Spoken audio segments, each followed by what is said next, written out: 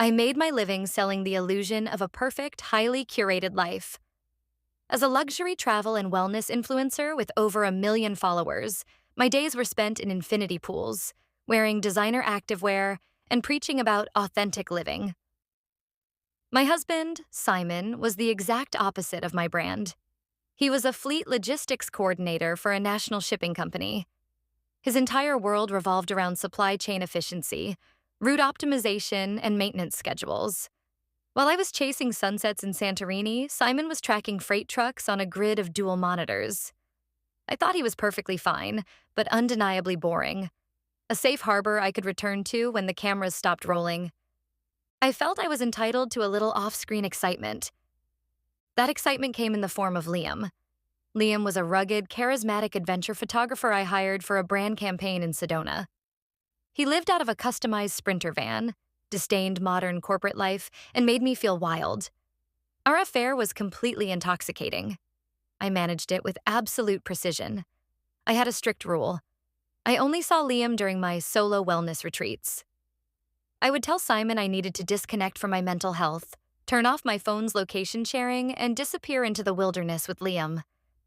I was completely confident that my digital detox was the perfect cover story.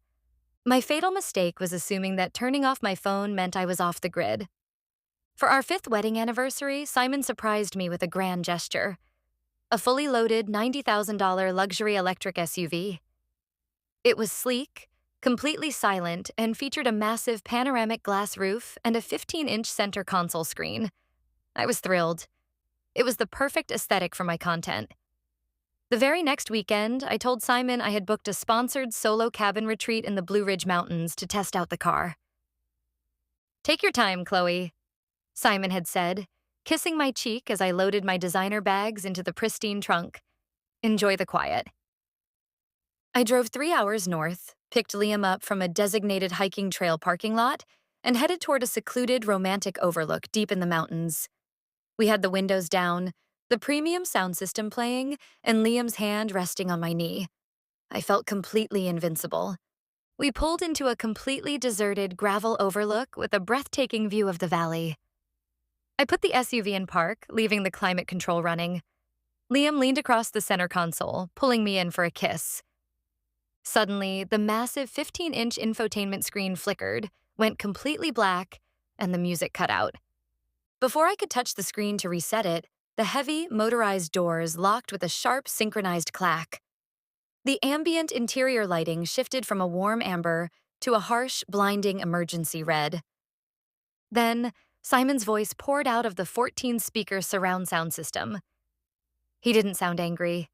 He sounded exactly like he did when he was rerouting a delayed freight truck.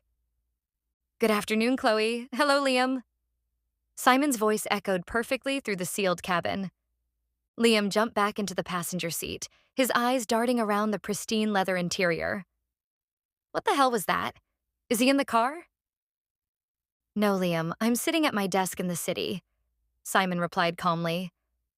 "But this vehicle is effectively a rolling supercomputer. Chloe, you turned off your iPhone's location sharing, which was clever. But you forgot that as the primary registered owner of this vehicle, I have full access to its telemetry app."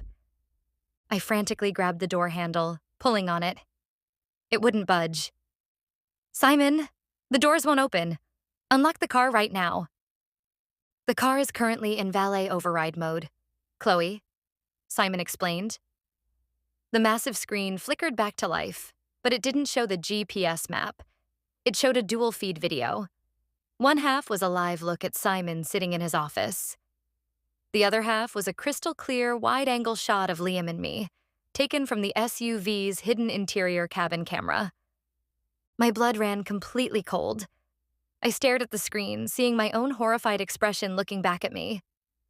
"When you buy a high-end EV, you agree to an extensive terms of service agreement regarding data collection," Simon continued, taking a sip from his coffee mug. "I've been monitoring the vehicle's telemetry all morning. I saw that you didn't drive to the wellness cabin. I also noticed the passenger seat weight sensor triggered at exactly 11:14 a.m. at a trailhead parking lot. A passenger who weighs exactly 185 pounds. "You're tracking the seat sensors?" I gasped. my perfectly curated reality collapsing around me. I track everything, Chloe. It's my job, Simon said. But the most interesting feature of this car is the voice command microphone. It's highly sensitive. It recorded your entire 2-hour drive with Liam. I heard all about how boring my logistics job is and how you plan to use my money to fund Liam's documentary film. Liam was panicking, frantically pushing the electronic window switches. They were completely dead. Man, listen, you can't keep us locked in here. This is kidnapping. I'm not kidnapping you, Liam. I'm just conducting a routine fleet grounding, Simon said smoothly. Chloe, your entire influencer brand is built on authenticity and solo female empowerment. 30 minutes ago, I took the liberty of emailing the pristine, unedited interior audio file of your drive, along with the GPS logs proving you never went to your sponsored retreat, to your talent agency, and your top 3 brand sponsors. My breath hitched in my throat. My throat felt like it was closing. Simon, please. You're destroying my entire career. I'll lose everything. You already lost it, Chloe. You just didn't read the data, Simon replied. I filed for divorce. The lease on our apartment has been terminated. As for the vehicle, I canceled the insurance policy 10 minutes ago and reported it as an unauthorized use to the dealership. Simon, unlock the doors, I screamed, hitting the reinforced glass window. The doors will automatically unlock in exactly 60 seconds, Simon said, his face completely emotionless on the screen. However, the drivetrain has been permanently bricked. The battery is remotely locked. The car will not move. You are currently 32 miles from the nearest town, and there is no cellular service at that overlook. I suggest you and Liam start hiking. Enjoy the authentic wilderness. The screen snapped to black. The interior lights shut off. 60 seconds later, the door locks clicked open. Liam threw his door open and stumbled out into the gravel, cursing loudly and pacing around the dead 2-ton piece of metal. I sat perfectly still in the driver's seat, gripping the vegan leather steering wheel of the ultimate luxury status symbol. I had spent years running from my husband's boring, predictable world of logistics, only to realize that he had effortlessly routed me to my own absolute ruin.